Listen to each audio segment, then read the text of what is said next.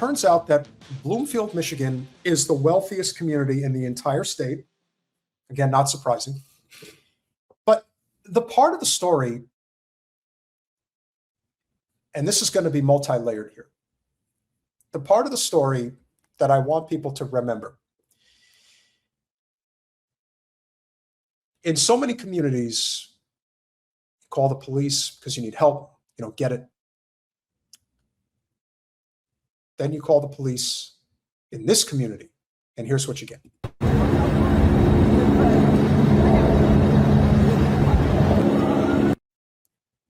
This is for one shooter, mind you. Now, I don't know if anybody has taken the time to count how many cars there are, how many police cars are there. But it's probably several hundred. And this is for one shooter, apparently. This is how many? This is how many cop cars have to show up? I mean, I understand it's Bloomfield. And I understand that, there's not a lot of crime going on in Bloomfield. They got to have something to do, right? That's how many cop cars show up? Why do you need that many police officers in Oakland County, much less the township of Bloomfield? Do you really need that many? The average income in that community is over $200,000 a year. You think they need that? Of course they don't. But it's a very Zionist Jewish community. And what do we know about Zionist Jews? They have to feel comfortable at all times. At all times. And one of the ways that you can feel comfortable at all times is having a cavalry at your disposal the second something goes on that gives them concern. I would be more concerned about the fact that you have a synagogue that is in support, infrastructurally and financially, of the state of Israel. That's a problem. It's a very big problem. And this is a lot of money being spent, likely at the township, but probably at the county level, that could be spent in communities that need help. Much as we've discussed what happens in other communities, like in the Bronx, South Bronx versus the North Bronx. South Bronx gets nothing. North Bronx gets everything. And this is another example of when you think about why are things so bad in Detroit, and yet you branch out into these suburbs like Bloomfield, they have everything. Because the balance is uneven. There is no balance, no equality. It's off by a very substantial margin. And so what do we know about this person who committed this supposed attempted crime? Well, I'm going to go to CBS News of all places for a little presentation as to what. Suspect in Michigan synagogue attack lost family in recent airstrike in Lebanon, sources say. Here's what we know. You know they like to bend the truth, so prepare yourself. Scroll, please. A suspect is dead after ramming a truck into Temple, Israel. Boy, they really don't want to hide the fact that it is a pro-Israel synagogue, now Dode, in West Bloomfield, Michigan on Thursday afternoon, in which the FBI said was a targeted act of violence against the Jewish community. No one else was killed in the attack, but a security guard was injured and a dozen law enforcement officers were treated for smoke inhalation. The Department of Homeland Security identified the suspect as 41-year-old Ayman Mohammed Ghazali, a Lebanese-born U.S. citizen. A source in Michigan's Lebanese American community told CBS News that an Israeli airstrike roughly 10 days prior on a village in Lebanon killed his two brothers and several other family members, leaving him devastated. They are already omitting, but again, this is CBS, so we shouldn't expect anything less. They're already omitting a very important part of the story. A freelance journalist working for CBS News in Lebanon learned from sources that there are two brothers who were both members of a Hezbollah rocket unit in southern Lebanon. Boy, they are really laying it on thick, aren't they? Here's what we know so far about the suspect in the attack on the synagogue, ramming attack around 1:35 p.m. Thursday. Police responded to reports of shots fired in the area of Temple, Israel, in West Bloomfield, a suburb northwest Detroit.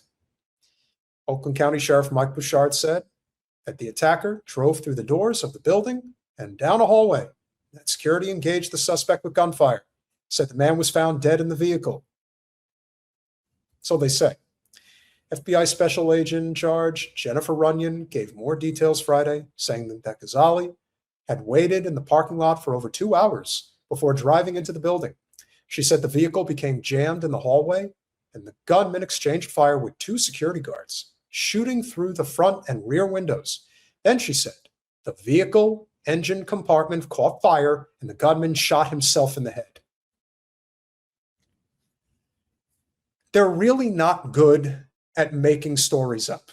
I just have to say. This reads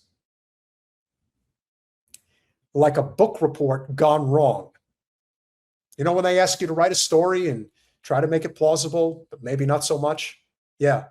I'm now starting to think that this is not how it went down. I am starting to think that perhaps this is just a made-up story, but there's more. Runyon said his vehicle contained jugs of flammable liquid in addition to being packed with fireworks. Security video from a Phantom fireworks store in Livonia, Michigan, showed the suspect buying what the company said was $2,250 worth of fireworks on March 10th, 2 days before the attack. Two law enforcement officers, sources told CBS, said his body had been badly burned, complicating identification. They don't know which way to go with this. Runyon said he had no criminal record and was not on the FBI watch list. One of the lead security personnel was hit by the vehicle when it was rammed into the building. Losing consciousness, it was taken to an area hospital for treatment. They were expecting to be okay. The security guard was part of a team that had been trained by the FBI Detroit field office in January. Shard also said Friday that 50 law enforcement officers, including his son, were hospitalized due to smoke inhalation in the building after the suspect's vehicle was engulfed in flames. No, that's not what that was. It looked like smokers that they had tossed around throughout the building. No car set ablaze is going to smoke that much that far throughout the entire building. And if it was, you would have had a fire truck on scene that would have dealt with it. But I digress. He said most of them have since been released and are recovering. Now, according to Homeland Security, he came to the U.S. legally in May of 2011, sponsored by his then wife, who's a U.S. citizen. Became a U.S. citizen in 2016. So he was born in Lebanon, first entered the U.S. through the Detroit Metropolitan Airport on the IR-1 visa, which is an immigrant-sponsored visa. Again, trying to attack immigrants, no surprise. First filed for the visa in December of 2009, was approved in April of 2010. He applied for citizenship in 2015. His application was granted in February 2016. Source in the Lebanese American community in Dearborn, Michigan, who has known the suspect for more than a decade, told CBS that Ghazali was a resident of Dearborn Heights and previously worked at a restaurant in the Dearborn Heights area. The sources described Ghazali as an extremely kind, gentle person who had been part of the community for about 16 to 17 years and was widely liked. Yeah, it doesn't sound like such a creep. Authorities did not immediately identify a motive for the attack. Oh, they didn't. They didn't identify a motive. We got one. We'll get to that in a minute. How much longer is this, Colin? Colin? Keep going. Just want to see how much more this is.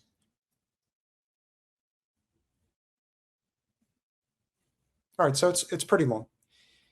I think what's most important here, if we're really digging in on what this is about, and I'll just read on this part right here. Details of Temple Israel. Temple Israel is the largest Reformed synagogue in the United States, according to its website. The facility also houses a school that includes an early childhood center and kindergarten.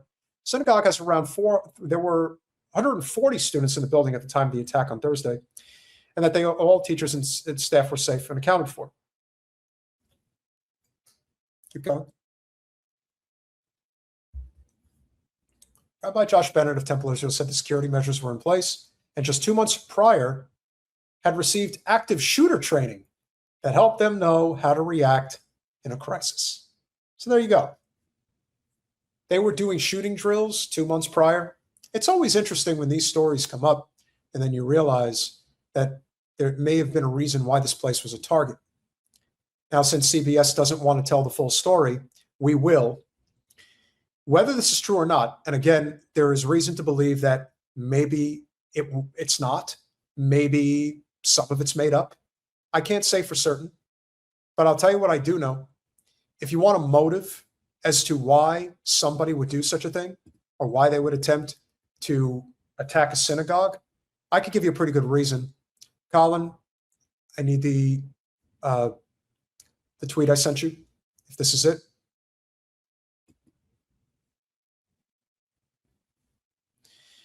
From suppressed news, pretty good source.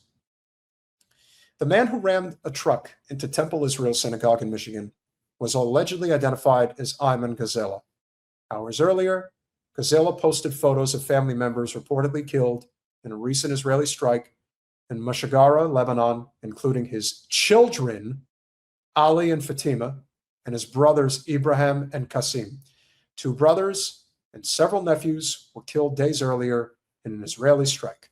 Authorities have not publicly confirmed his identity or whether the deaths were played any role in the incident in West Bloomfield. Yeah, why would they? Keep going.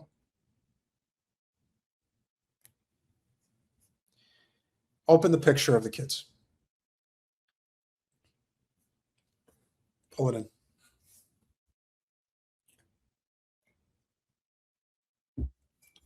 These are his 2 children, and they're dead. Assuming everything's above board.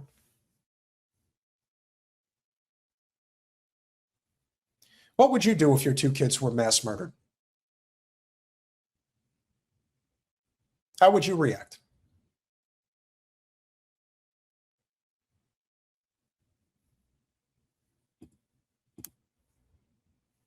That's probably one of the nicest ways of putting it.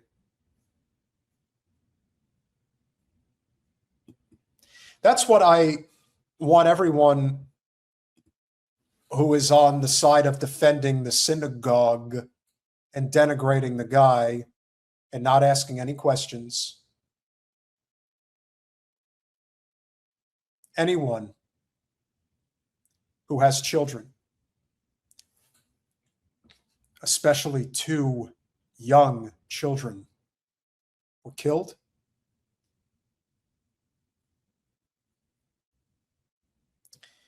As I said, justice will be swift and it will be brutal. Whatever actually happened, we don't know for sure. What we do know is that if this is the truth, and assume that it is, and assume that the motivation was his 2 children. And why would I say that from this context? It's very simple. Think about it. The only thing that Israel has left in the States is try to push as much propaganda through as it can to try to gin up support for their cause. They don't have it. So a story like this is not one that would ever get out if there wasn't some truth to it. And if in fact that's what happened, they're lucky. They're lucky they didn't have the whole place blown up. I don't have any sympathy for any Zionists Jewish or Christian, I don't care. The hell that we have rained down on this world, because we're all guilty of not rising up against this tyranny. We all are. We all bear some responsibility. We just do. And if we do not stand on the side of justice now, more than ever, this is what happens. Children are killed. Hundreds of thousands of them are now dead. They're doing in Lebanon what they were doing in Gaza. And they're still doing it in Gaza, but now they're doing it in Lebanon too. They are going to go out in a blaze of glory. But more than anything else, we cannot let the memories of these children be forgotten, because that's what they're counting on. They're counting on us somehow forgetting about all of this. Somehow forgetting that this is what happened. And we can't let them. And I say this because if there's a story that has always stuck or has always hit as hard as any, it's remembering Hind Rajab.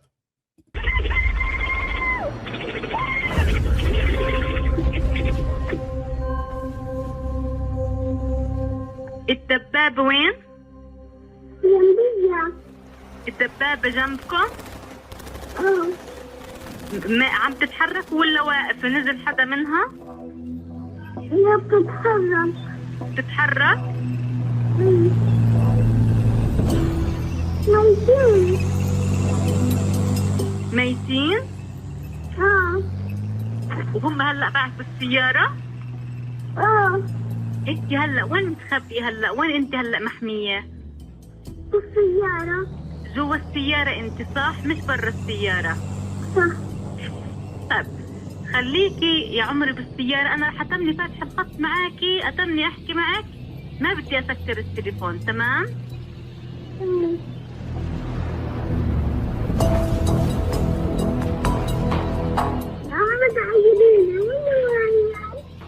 ايش يا عمري؟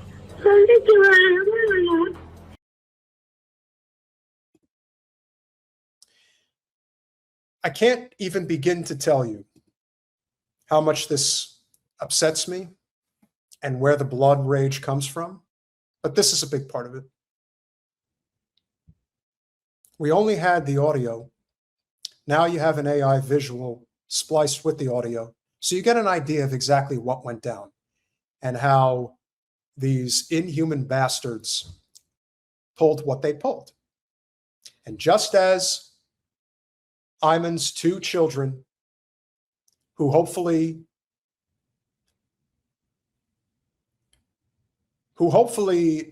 didn't feel it when it happened, this is a reminder of why we can't let this go. Not that I am gleeful or cheering or satisfied if Netanyahu is dead. We must not stop until justice is swift and brutal. And this is a reminder, a firm reminder of what's coming for every last Zionist scumbag bastard on this planet for what they've done to humanity. ايش يا عمري؟ يا حبيبتي يا عمري والله معك، هيني انا مش تاركك بحكي معاكي، ما بدي اصلا اتركك.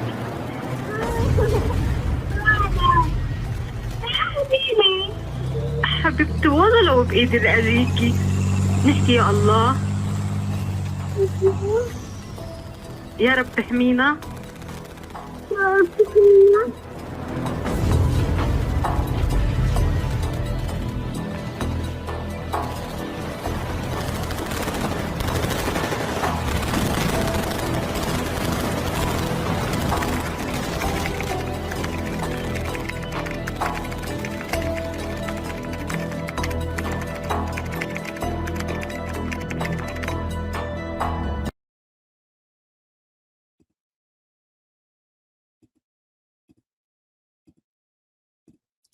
There has not been any justice for this young girl and her family. There won't be any current justice for Ayman and his children until we fully understand what we're dealing with here. What we are dealing with is a genocidal prophecy that crosses between two insane ideological, I wouldn't even call them religious because that's not what this is. This is anything but religion. It's heresy. It's blasphemy. It's cultism. It's Satanism in almost every way. Jewish or Christian Zionism doesn't matter.